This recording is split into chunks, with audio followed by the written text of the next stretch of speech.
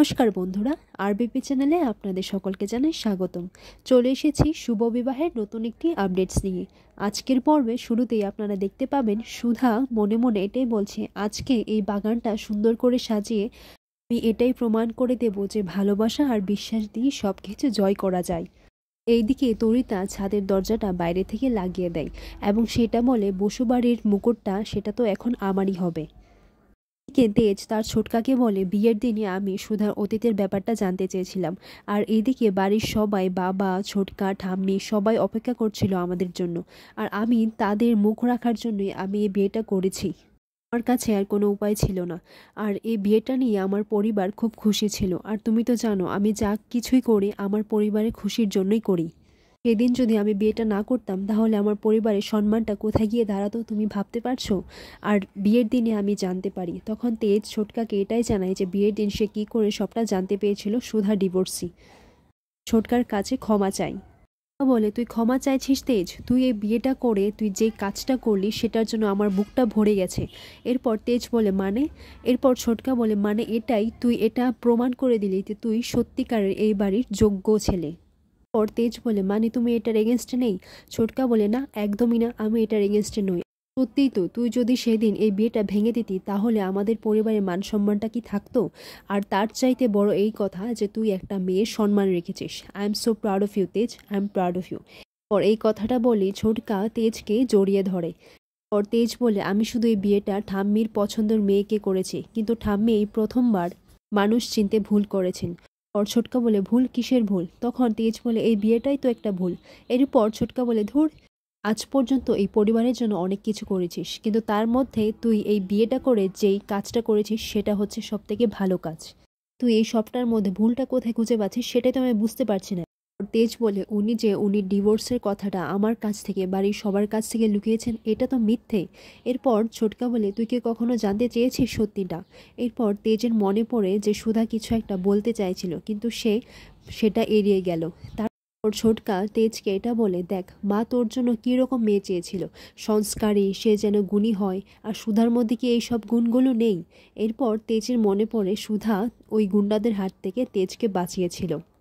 বলে, সম্পর্কের শুরু কোথায় আর শেষ কোথায় সেটা কি আমরা ঠিক করবো রে? এটা তো উপরওয়ালার কাছে সব লেখা আছে, তিনিই সবটা ঠিক করবেন। পর ছোটকা আরও বলে, তুই সুধার অতীতের জন্য সুধার গুণগুলো কিন্তু ভুলে যাচ্ছিস। মা যেরকম নিপুণ সম্পূর্ণ গুণী মেয়ে তোর জন্য খুঁজছিল সেই গুণগুলো কি সুধার মধ্যে নেই? তুই আমাকে একবার বল তো। শুধুমাত্র মা তোর জন্য সুধাকে বেছে নিয়েছে বলে তুই বিয়েটা করেছিস? তোর মনে কি সুধার জন্য কোনো ভালোবাসা জাগেনি? আমি তোর চোখে নিজে দেখেছি যে তোর সুধাকে দেখে আবারও মনে হয়েছিল যে আবারও ভরসা করা যায়, আবারও কাউকে ভালোবাসা যায়। বল, তোর মনে হয়নি? তেজ, তুই সবার কাছ থেকে সব কিছু আড়াল করতে চাইলেও তুই কিন্তু আমার থেকে কিছু আড়াল করতে পারবি না। আমি সবটাই বুঝেছি। তুই সত্যি করে বল, তুই কি কখনো জানতে চেয়েছিস যে সুধার অতীতে এরকমটা কেন হয়েছে? কেন এই ডিভোর্সের মতো একটা স্টেপ নিতে সুধা বাধ্য হয়েছে? জানতে চাসনি, তাই তো? এরপর তেজ বলে, আমি ওনার অতীত নিয়ে কিছু জানতে চাইনি। পর ছোটকা বলে, একটা সম্পর্ক গড়তে গেলে তিলে তিলে করে গড়তে হয়, আর ভাঙতে গেলে জাস্ট 2 সেকেন্ডে ভেঙে যায়। মেয়েটা আগে থেকেই অনেক কিছু সহ্য করে এসেছে, আর তুই বোকার মতো ওকে এখনও কষ্ট দিচ্ছিস। ওকে এইভাবে আর কষ্ট দিস না তেজ। মা তার বড় নাতির জন্য সুধাকে পছন্দ করেছিল নাত বৌমা হিসেবে তার গুণ দেখে, তাহলে আজকে তার অতীতটাই এই সব কিছুর সামনে বড় হয়ে যাচ্ছে কেন তেজ? এই প্রশ্নটা কি নিজেকে কখনো করেছিস তেজ? পরের মুহূর্তে দেখা যায় ইমন বিজিতকে বলে, বিজিত কোথায় তোমার লোক? এরপর বিজিত বলে, আসলে ম্যাম ও আসতে পারবে না, ও আর এই কাজটা করতে পারবে না। এরপর ইমন বলে, কি, তুমি কি বলছো? ও বুঝেছি, এই দেখলো যে ওর ডিমান্ড বেড়েছে সেই তার দরটা বাড়িয়ে নিল। আচ্ছা তুমি আমাকে নাম্বারটা দাও, আমি ফোন করে কনভিন্স করে নেব। এরপর বিজিত বলে, সরি ম্যাম, আমি নাম্বারটা দিতে পারবো না। এরপর ইমন বলে, তুমি আমাকে না বলছো বিজিত, আমার মুখের উপর না করে দিলে? এরপর বিজিত বলে, সরি ম্যাম, ও না করেছে ওর নাম্বারটা কাউকে দিতে। পর ইমন বলে, ও বলেছে দেখে তুমি আমাকে এই কথাটা শোনাচ্ছ? তাহলে ঠিক আছে, ওকে বলে দাও তোমার জন্য একটা নতুন কাজ খুঁজে দিতে, কাল থেকে আর তোমাকে অফিসে আসতে হবে না বিজিত। এরপর এই কথাটা বলে ইমন সেখান থেকে চলে যায়। এদিকে দেখা যায় তেজ ছোটকাকে বলে, না আমি কখনো জানতে চাইনি। এরপর ছোটকা বলে, যাকে জীবন এত বড় একটা শাস্তি দিয়েছে তাকে তুই আরও শাস্তি দিচ্ছিস? যাকে তুই ভালোবাসিস তাকে সবটা দিয়ে ভালোবাসতে হয়। ভালো মন্দে বিপদে সব সময় তার পাশে থাকতে হয়। তুই শুধু ভালোটাই নিবি আর খারাপটা দূরে সরিয়ে ফেলে দিবি, সেটা তো হয় না তেজ। পর ছোটকা এটাও বলে, বন্ধু এবং ভালো দুটো মিলে কিন্তু ভালোবাসা হয়। বাইরে খুব ঝড় উঠছে আর সুধা একা ছাদে আছে। তুই যদি সত্যিই ওকে ভালোবাসিস তাহলে ওকে গিয়ে ফিরিয়ে নিয়ে আয়, যা। আর এই কথাটা বলে ছোটকা সেখান থেকে চলে যায়। ছোটকা চলে যাওয়ার পর তেজ ছোটকার কথাগুলো মন দিয়ে ভাবতে লাগে। আর এইদিকে দেখা যায় সুধা একাই সব কাজটা সেরে ফেলেছে, পুরো বাগানটা সে সাজিয়ে ফেলেছে। দিকে তেজ ঘরের মধ্যে বসে সেই ছোটকার বলা কথাগুলো মনে করতে লাগে। ছোটকা বলেছিল যে আমি নিশ্চিত, সুধা জানতো যদি এই ডিভোর্সটা হয়ে যায় তাহলে ওর দিকে আর ওর পরিবারের দিকে সবাই কাতা ছুটবে, সবাই প্রশ্ন তুলবে। তার সত্ত্বেও সে এই ডিভোর্সটা নিল। কিন্তু এটা কেন করেছে সেটা কি তুই জানতে চেয়েছিস?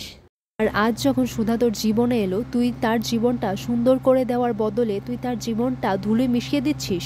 না, এটা কি তুই ঠিক করছিস? পর তেজ বলে, না, আমি ওনাকে ফিরিয়ে নিয়ে আসি, ছাদে কি জানি কি করছে, একা আছেন। এরপর তেজ যখন সুধাকে আনতে যায় তখন তেজ বলে, না থাক, এই চ্যালেঞ্জটা যখন নিজে থেকে নিয়েছেন তাহলে যখন আর দেখবেন পারছেন না তখন নিজে নিজে গুটি গুটি পায়ে চলে আসবে। পরের মুহূর্তে দেখা যায় প্রচুর ধারাবৃষ্টি শুরু হয়ে যায়। সুধা একা একাই সবটা করছিল। এরপরই দেখা যায় তেজকে সুধার হেল্প করে। মুহূর্তে দেখা যায় যে সুধার ভাবনা ভেঙে যায়। তখন সুধা বলে, ও তার মানে আমি ভাবছিলাম, আমিও ভাবি উনি কেন আসতে যাবেন আর উনি আমারই বা কেন সাহায্য করতে যাবেন। এরপর সুধা সব কাজ সেরে যখন ঘরে যেতে চাইল তখন গিয়ে দেখে যে বাইরে থেকে দরজাটাকেও লাগিয়ে দিয়েছে। হ্যাঁ, মিস্টার বসু মল্লিক বলেও ডাকাডাকি করলো কিন্তু কেউ শুনতে পেল না। আর এইদিকে তো বাইরে খুব বৃষ্টি হচ্ছে আর সুধা সেখানে এক কোণায় পড়ে থাকে। এইদিকে বসতে বসতে তেজের চোখটা একটু লেগে যায়। এরপর তেজ বলে, ওহ, আমি ঘুমিয়ে পড়েছিলাম, সুধা তো এখনো আসেনি। এরপর তেজ সুধাকে খুঁজতে যায়। ছাদে গিয়ে দেখে যে ছাদের দরজাটা লাগানো। তেজ বলে, সুধা তার মানে এখানে নেই। এরপর তেজ সুধাকে নিচে খুঁজতে যায় কিন্তু নিচে গিয়েও সুধাকে কোথাও খুঁজে পেল না। তখন তেজ বলে, তার মানে উনি অভিমান করে ঘরে ঢুকেনি। পর তেজ ছাদে গিয়ে দেখে যে ছাদটা খুব সুন্দর করে সাজানো, তো সুধাকে কোথাও দেখতে পাচ্ছিল না। এরপর ফেরার পথে সুধাকে দেখে যে সুধা একটা কোণায় পড়ে আছে। এরপর সুধাকে অনেক ডাকাডাকি করে কিন্তু সুধা কিছুতেই সাড়া দিচ্ছে না। এরপর তেজ পুরো ঘাবড়ে যায়, ঘাবড়ে গিয়ে বলে, সুধার কি হয়েছে, উনি তো কোনো সাড়াই দিচ্ছেন না।